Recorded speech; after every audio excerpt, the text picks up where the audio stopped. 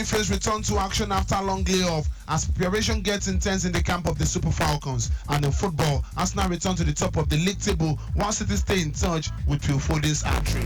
Good morning and welcome to another exciting edition of Sport Trip. I am Olujimi Dare-Ogun saying welcome to the show. And so we'll begin with Govia Remakore has consulted Tiger Woods former coach Bush Amon in a bid to address the issues in his game prior to the latest bid to win the Masters. World number 2 Makore become the 6th player to win all 4 majors if he wins next week Masters. But with just one top 20 finish on the PGA Tour this season, the 34-year-old has consulted Amon's help. Amon, 80 years of age, worked with Wood for his first 8 majors win before splitting with the then world number 1 in 2022. Quoting Makore, says, "I want to see Bush Amon for a golf lesson. I see him over the years like once every few years. I will say, hey Butch, can I come see you and you can take a look and see what you think." End of quote. Makore expanded on the visit in his pre-tournament news conference prior to his challenge at this week's Texas Open in San Antonio, adding that concerns over his iron play had made him decided to seek Amon's advice.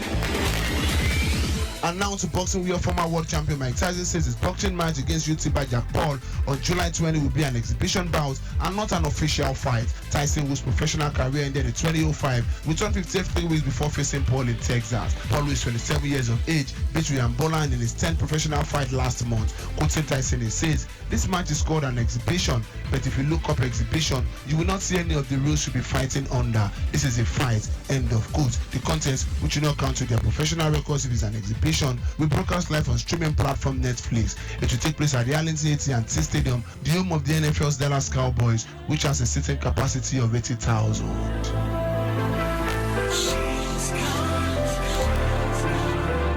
Now to football. On the home scene, Super Eagles striker Victor Boniface made his return to action for 25 minutes and impressed as Bayern Munich cruised to the DSB Pokal final with a comfortable 4-0 win over Fortuna Düsseldorf at the Bay Arena. Boniface's comeback is a huge win for Leverkusen in such a crucial part of the season, 3 months after he picked up an abductor injury while on pre-AFCON 2023 duty for Nigeria. Xavi hides his delight in the development while speaking after the game. Quoting him, he says, "I'm happy and proud of the team. We showed a serious performance and controlled the game. We didn't want any surprises. We can celebrate that we are heading back to Berlin after 4 years. It was special for Boniface after 3 months out. He worked hard to get back on the pitch. He wanted to enjoy it with the players. We needed him back. It is special to go to Berlin. We know the pokal is important and we are expecting great support from our fans. We now have the target. The last game of the season being a final show. We have had a good season."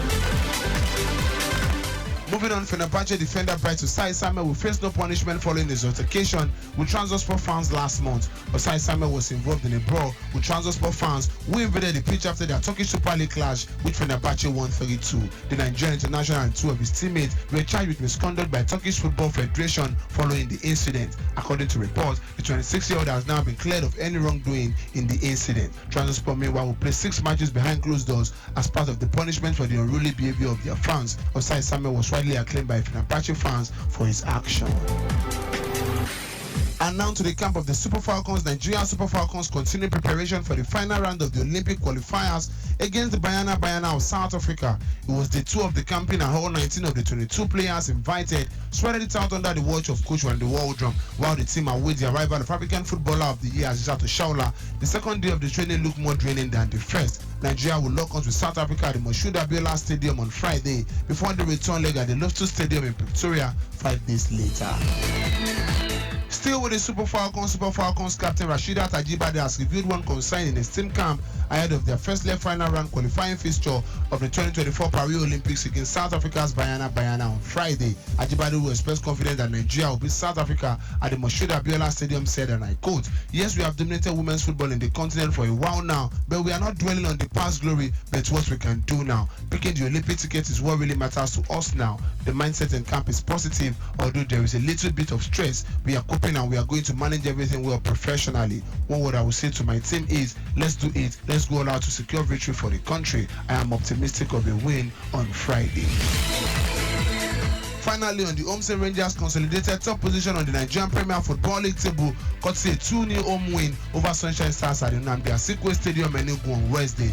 Kalunweke and Emmanuel Onyebuchi were the goal scorers for the Flying Antelopes. Title holders Enyimba were in devastating form as they pulverized Kano Pillars 5-0 in Aba. Joseph Atule backed the praise with Chijioke Mbauma, Eze Kwetoziam, and Alade Balogun scoring other goals. At the Mobolaji Johnson Arena, Lobby Stars held Sporting Lagos to a 1-1 draw. Junior Lukosa opened the scoring for Sporting Lagos in the 33rd minute, while Samuel Tinza level scores for the visitors a minute after the half-hour mark. Lobby Stars dropped to third place on the table following the result. In Uyo, Duma United ended their 10-game winning streak courtesy 1-0 win against Akwa United. Emmanuel Jassam scored the decisive goal in the 6th minute. Full result of games played yesterday in the Nigerian Premier Football League: Rangers defeated Sunshine by 2-0. Enyimba promoted Kano Pillars by 5-0. Abia Royals defeated Plateau United by 1-0. Bayelsa United ran away with a 1-goal win over Atlant, while Sporting Lagos and Lobby Stars settled for a 1-1 draw.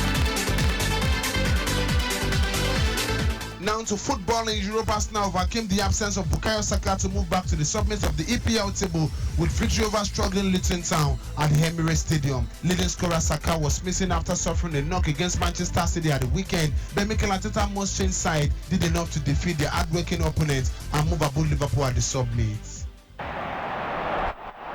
Smith Rowe did well. Odegaard onto Havertz again, looking for chance here. There's the opening goal, rifled in by Martin Odegaard, linking beautifully with Kai Havertz, and Arsenal, they just needed that opportunity and they grabbed it. Smith Rowe in space, has got time to pick up the pass, and it's in! 2-0 to Arsenal! Smith Rowe delayed it and Reece Nelson has bundled it in from close range. Meanwhile, at the Etihad, Phil Foden can hardly be called a member of Manchester City undercard, given his consistent brilliance, but his precious value was on the line again with a show of dazzling brilliance against Aston Villa. Manchester City defeated Aston Villa to keep touch with Arsenal with a 4-1 victory, with Phil Foden scoring an hat-trick.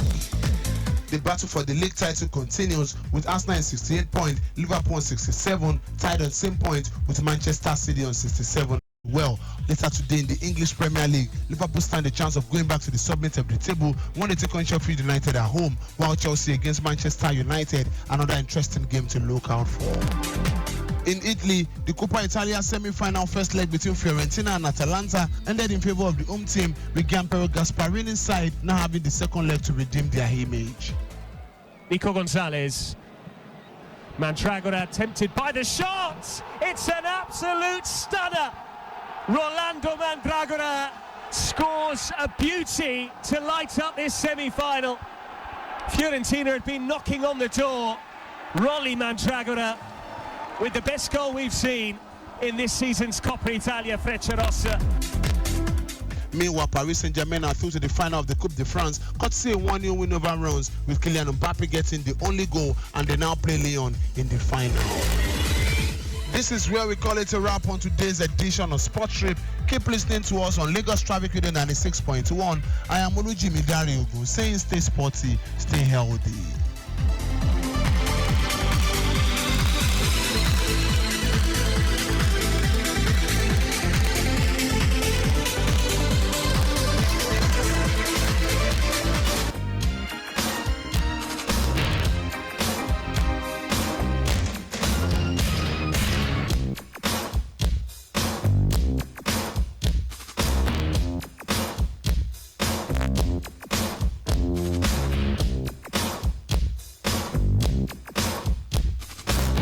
That was a sports trip with Olujimi Dare-Ogun, talking sports, and